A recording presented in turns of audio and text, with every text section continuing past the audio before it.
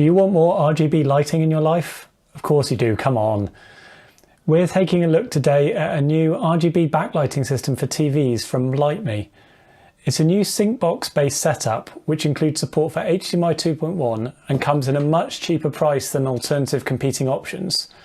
We'll tell you all about how these systems work and test it to see if it's actually any good. RGB lighting's everywhere nowadays in the tech space, but one area I've personally enjoyed in the past is in sync lighting for my TV. I actually used to own a Philips LCD TV a few years back with their Ambilight feature. It was coloured lighting on the back of the TV which lit up depending on the content being shown. When I upgraded later onto a new TV, I lost this feature and I actually quite missed it. It can help improve the feeling of immersion when you're watching TV, casting quite a nice attractive and engaging light behind the TV and matching the colours shown on the screen. It did seem a bit of a gimmick when I first started to use it, but after a bit of use, you really start to enjoy it, and especially for bright and colourful content, when watching TV and playing games at night time, it really was quite enjoyable to use. There are quite a lot of third-party lighting systems though which you can add to your TV which will offer something similar to Philips Ambilight. The most basic would be just simple and cheap LED light strips where you can change the colour using an included small remote or maybe via an app on your phone. Those can look quite smart and help reduce eye strain and make TV viewing more comfortable, but they're just stuck on a single colour or pattern, so it's a bit low tech really and frankly a bit boring. There's also a range of products which offer LED lighting that is actually in sync to your image being shown on the screen. So these are a more immersive and advanced option. These really fall into two categories. Number one, camera-based systems. These operate by attaching a small camera to the top of your TV, which then reads the image being shown on the screen and syncs the lighting behind the TV accordingly. They're generally cheaper and they're nice and future-proof as they will work with any content or device, and basically anything that's being shown on the TV, the lights can be synced with it. You can use these with the built-in TV smart apps, the TV tuner, and of course any external device you connect to the TV. You don't need to worry about support for things like HDR formats or modern gaming features like VRR, ALLM, and so on.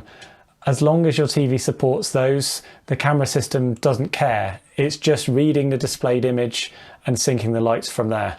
On the other hand, not everyone wants an ugly camera stuck on the top of their shiny new TV, and that's a bit of a deal breaker for a lot of people. Even if you can live with the camera, they don't always work as well during the daytime or where there's external lighting that may interfere with the camera, and they aren't always particularly quick or accurate to respond to the content on the screen either. Number two, sync box based systems. The other approach is what's called a sync box. It's a separate HDMI box which you plug your devices into and then which connects to the TV. There's no need for a camera attached to the screen as the box will read the data from the source signal as it passes through it. It's a more elegant approach in many ways, being generally quicker and more accurate, but they are more expensive and they don't work with everything either. They'll only control the lights for the devices that you connect through it, so it won't work with the inbuilt TV apps or tuner, which is a bit of a pain to some people. You do also have to worry about the specs and capabilities of the box itself, since you're going to be passing the device through it to get to the TV. So assuming your TV can support this stuff in the first place, you might need to worry about whether the sync box can handle things like 4K 120Hz for the Xbox or PS5, or other HDMI features like VRR, auto low latency mode, eARC or CEC. You'll need to be especially mindful of the HDMI version as well that the box is based on here. Anyway, with the background out of the way, we wanted to look specifically today at Lytmi's Fantasy 3 sync box setup. This is a new package in their product range, an upgrade to their previous Fantasy 1, which now has a new sync box and new light strips too. The Neo 3 box now includes 4 HDMI inputs, which makes handling multiple devices much simpler than their older box, which only had one input, and that meant you needed to buy a separate HDMI switch to connect anything else to it. The ports on the new box are also HDMI 2.1 compatible, allowing higher bandwidth than the old box and supporting things like 8K at 60Hz, 4K at 120Hz, which is of course important for modern games consoles. Keep in mind your TV would need to support these as well. It's not going to magically add these to your TV if it's an older model. We confirmed via our Xbox Series X that 4K 120Hz worked fine, running the console's maximum 40 gigabits per second through the Neo 3 box and into our LG CX OLED TV. If you've got a 120Hz capable TV, then this will be a major change over the older Lytmi Neo 1 box and competing sync box options from other manufacturers, which are currently based on HDMI 2.0 only. HDR and Dolby Vision content pass-through was fine as well in our testing, triggering the correct mode on the TV and controlling the lights properly.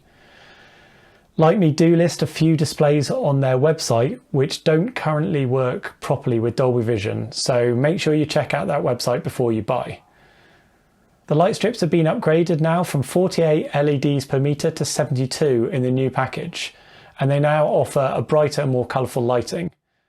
These come in the package as well, so you don't need to worry about buying them separately. You can, however, add additional light strips and light bars to the screen if you want from their range, and then sync the whole setup across your room. While 4K 120Hz is now supported thanks to the HDMI 2.1 connection, the box unfortunately lacks support for several HDMI 2.1 features. Whether or not these will matter to you will depend on whether you have the source devices and the TV that support them in the first place. If you don't, then you can skip past this part of the review. There's no support for variable refresh rates, auto low latency mode or ALLM, consumer electronics control or CEC, quick media switching or audio return channel unfortunately. Although we did find that eARC does seem to work with our testing and may depend on the order of the devices that you have set up. It worked fine for us connecting from an Xbox into the Neo 3 box, which goes into the TV and then out via the TV's eARC output to connect into our soundbar. This worked fine with Dolby Atmos sound too without any kind of problem. The lack of VRR and ALLM support are probably the main gaps, and that's a shame for modern games consoles if you've got one. We confirmed on our Xbox Series X that neither were available now in the settings menu. VRR is probably not a deal breaker for many people, as you can happily play games without VRR on anyway, and to be honest we didn't really spot any tearing issues during our usage with that turned off, but it is of course a bit of an annoyance that it's not featured and supported. The lack of ALLM support is actually the one that we found a bit more annoying. Normally ALLM is useful if you use your games console for different types of content, and you could have, for instance, your TV running in cinema mode, let's say, with various image processing features turned on by default, and then use that for the console when you're watching the inbuilt apps or a Blu-ray or something. And then the ALLM feature would then kick in automatically when it detects a game's been loaded and switch you over to the TV's game mode, where the lag is reduced, but some of that image processing technology is turned off and disabled. If you're only using the console for gaming, like I tend to do, then it's not really a problem. You can just leave the TV set to the game mode all the time, especially if you've calibrated that mode as well for accuracy like I have. If you're using the console for different content, then the loss of ALLM may be a problem, and you'd have to then manually switch between the two modes on the TV. Or maybe you just need to calibrate the game mode to look decent for all content, as long as you don't need to use some of the video processing stuff. This does, however, raise another problem, which is that you may well have up to 4 source devices connected to the Neo 3 box and then into a single HDMI input on the TV. That does mean if you want to use those devices to run different modes on the TV, you're going to need to manually switch between them each time. You're not going to be able to use ALLM to auto switch in and out of the game mode for any gaming, sadly. Although that's a general limitation anyway when you're using an HDMI splitter device like this into a single input on the TV. You can't have different settings and different modes for each of those devices on the TV without manually switching between them. ALLM could have helped though to switch between normal and game modes, so it is a shame that that isn't available here. HDMI CEC was the other one that we did miss a bit, as we'd gotten pretty used to having the screen switch the input automatically when we powered on a device like the games console. It would automatically switch to that input, but without CEC featured you have to manually change the input on the TV. Not the end of the world, but another annoyance. Let's have a look what's in the box then. So If we open that up, in the box we've got a user manual. There's the power brick and power cable, of course. The actual Neo 3 box, I'll take a look at that in a moment. And then underneath the foam section there is also an HDMI cable, some clips to attach the lights to the TV, and the light strip itself. So we'll take a look at the installation of that in a moment. Let's just have a quick look at the box itself. So this is the Neo 3 box, as Lytmi call it. There's a power on off button on the top. There's all the connections on the back, 4 HDMI inputs and 1 output along with the power connection as well. So it's quite small, it's handheld, it's fairly light as well. We'll get that connected up to the TV and see how it works. I had a chance to test the Lytmi package across lots of different uses, including from my Xbox Series X and my Media Center PC. They were simple to connect and attach, and everything was plug and play. There was just a single setup step in the app to mark which corner of the TV you've started from so that the light strip responds in the right way and syncs the right way round. You can see my TV space isn't really ideal for using these lights as it's quite near to the wall on the left, although I've still got a fair amount of space and you can certainly still see the lights in action. Ideally, you'd also want to wall mount your TV, as if it's using the stand and sat on a cabinet, you don't get to enjoy the lighting from the bottom edge strip. Depending on how near your TV is to the wall as well, if it's in a corner like mine, that will dictate how much of the top light strip you can enjoy. This goes for any of these LED backlight systems, of course, but they do look best when you can see all 4 sides of the screen and it's flush against the wall. I found the responsiveness of the lights to be very good, keeping up well with only a minor delay between the lights and fast changing scenes in places.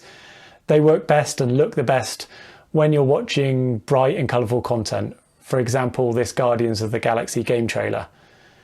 Colourful scenes really bring out the best colours from the backlight, and they look really good in practice. In typical content, the colour is a bit more subtle and blended, but it does provide a nice attractive glow, and I do think it enhances your viewing experience quite nicely. Occasionally, in our very specific test patterns, there were some minor differences between the screen colour and the lighting colour, which I can only really put down to small inaccuracies in the LED colours or perhaps their response to certain shades from the signal source, as my TV is hardware calibrated for accuracy. This was only really evident anyway if you displayed a single colour slide in testing, and during normal usage where the image was far more varied, it wasn't really noticeable at all, and the colours are still very close to the image anyway, so once you're immersed in the actual content, you shouldn't really notice any issue. Obviously, I can only comment on my experience with the system, with my TV and my devices, but they seem to work very well during my testing and day-to-day uses. The app was simple to use and get set up, and as well as the sync modes, which has 3 settings for video, recreation and game, there's a range of basic patterns in the screen menu if you want. You can also enable a single colour mode here if you prefer, or if you want to turn the lights on even when the TV is off with a static mode or maybe one of their pre-programmed scenes. You can switch in the app between the HDMI connections and also name them if you want so you know which one is which. Switching input took around 5 seconds, so it is a little bit slow. You can also control the brightness of the LED strips in all the modes, although we like to leave them on the max brightness for the strongest effect really. There's also a setting for the degree of diffusion for the sync modes, but it was hard to really notice much impact from this in our normal usage, to be honest. When the screen content slowly dims and the lights try to do the same, you can sometimes spot a fairly subtle stepping of the brightness as opposed to being a completely smooth and gradual dim. Again, in real use this is unlikely to be noticeable, I don't think. It was great to have proper support for 4K 120Hz thanks to the HDMI 2.1 ports on the box. That's probably going to be the main thing missing from competing HDMI 2.0 boxes if you've got a compatible input device like an Xbox Series X or a PlayStation 5. It was a shame though that the box couldn't support all of the HDMI 2.1 features of the devices, so things like VRR, ALLM and CEC. If we'd have had those, it would have given a more complete support for these devices. We did miss them a bit, to be honest, and it always feels a shame to have to live without features that you know that your TV can support, but the device that you're plugging your lights through won't support them. Still, you're not going to get these sort of things from HDMI 2.0 boxes either, so the upgrade to 2.1 was obviously still a major benefit here, giving you 4K 120Hz and 8K 60Hz support. We'd like to see these things included though in a future version of the product if possible though, for a more complete support. The only other thing we missed was being able to use the lights with the TV's built-in apps, as I tend to use Netflix, Amazon Prime and so on from the apps and from the TV itself, not from any external device. That did limit my options to use the lights only for external inputs like my games console. Of course, I knew this going in, it wasn't a surprise, but it's a shame it can't be used in those situations like a camera-based system could. One of the main considerations is of course going to be the price point, and Lytmi's packages are certainly very competitively priced compared with other SyncBox based solutions. It retails for around $200 at the time of this video, direct from Lytmi's website. You can also buy it in some regions from Amazon already. I'll link to the relevant places below in the description. That puts it significantly cheaper than the long established Philips Hue SyncBox, which has a recommended retail price of $250, and that's just for the box alone. That's as it's listed on Philips' website at the time of this video, and then the lights are another $250 on top for a 55-inch size TV, for example. Oh, and also you're going to need a Philips Hue hub if you don't already have one for other home lighting systems with Philips. That's another $60. There are of course packages available for some of these Philips Hue setups, and you will find them cheaper in other places, but all in all they are going to be far more expensive than the Lytmi package once you've got it all together and you've got all the bits you need. And right now of course the Philips Hue Play is also only an HDMI 2.0 box. The Lytmi Fantasy 3 is affordably priced, and the inclusion of HDMI 2.1 is a great upgrade compared with competing options supporting modern devices and modern TVs. It's not without a few limitations unfortunately, so it's of course not perfect, but if you're interested in these kind of lighting systems, I think it's well worth looking at. Let us know in the comments below if you've got a TV backlight system and how you find it. If you've got any questions about this or anything else, please let us know. Give us a like too if you've enjoyed this video, and I'll leave links below where you can check out pricing and availability for the various packages I've talked about in this video. Thank you for watching. I'll see you next time.